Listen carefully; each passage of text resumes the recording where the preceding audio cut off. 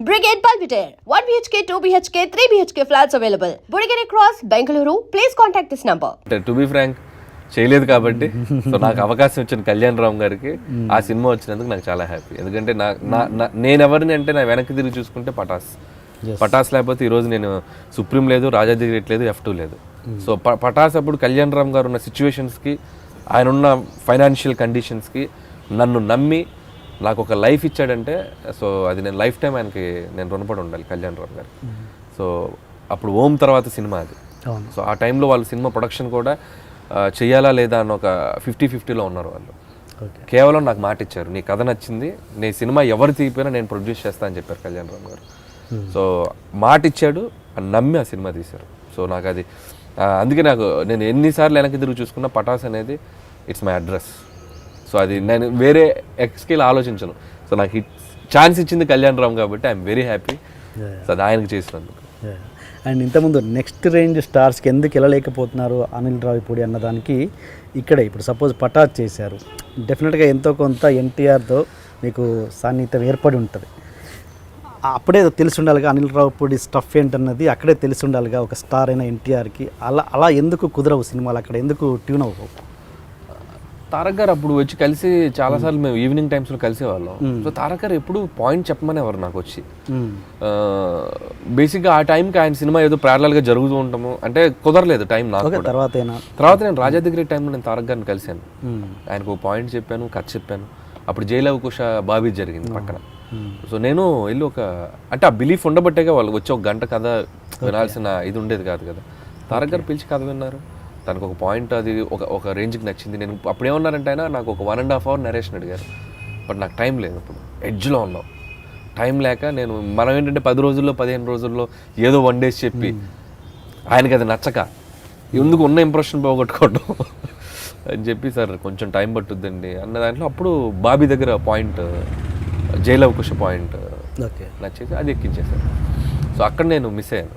So in future maybe ఇంకేదైనా మంచి కథలు ఆయనకి చెప్తే ఛాన్స్ ఉంటుందేమో. మీ డ్రీమ్ హీరో ఎవరు? మీ అంటే ఎవరితో పనిచేయాలని నాకు స్వార్థం ఎక్కువ అండి. అందరితో చేయాలని ఉంది. మహేష్ బాబు గారితో చేయాలని ఉంది, ఎన్టీఆర్ గారితో చేయాలని ఉంది, చరణ్ గారితో చేయాలని ఉంది. అదే అంటుంది, ఇది రెగ్యులర్ అయినా యూనివర్సల్ అయినా కాంప్లికేషన్ లేని ఆన్సర్ అయినా నాకు చాలా ఇష్టమైన ఆన్సర్ ఇది. అవునా కదా? ఇప్పుడు సపోజ్ ఇప్పుడు మన ఒక బఫెట్కి వెళ్ళామండి, బఫెట్కి వెళ్తే ఒక మంచి ఐటమ్ అన్ని పెట్టుకుని తింటాం ప్రశాంతంగా, మన కడుపు నిండే వరకు తింటాం. నా కడుపు నిండే వరకు నాకు సినిమా చేయాలని ఉంది.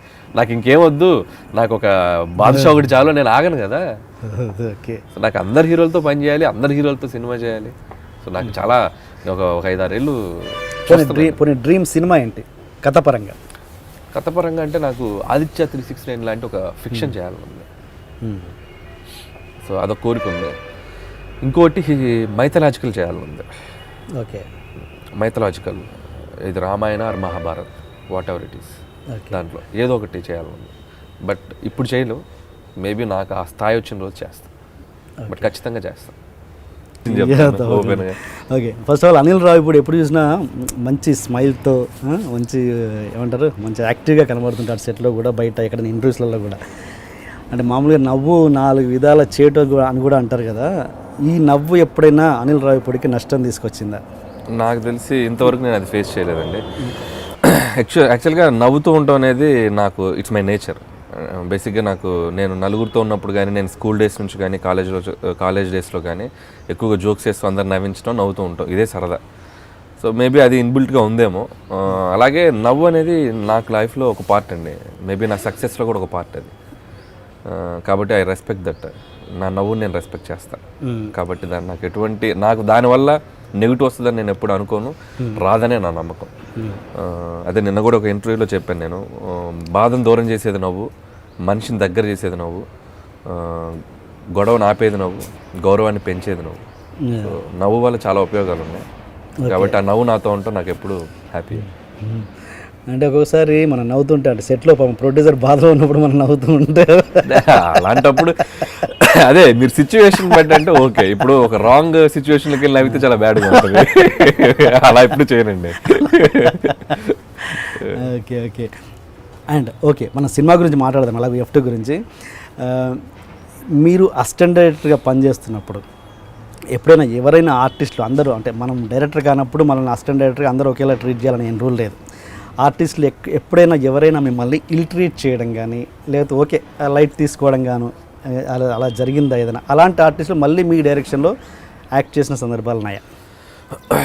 బేసిక్గా నేను ఆండ్రాయిడ్లో అంటానండి, యూజర్ ఫ్రెండ్లీ.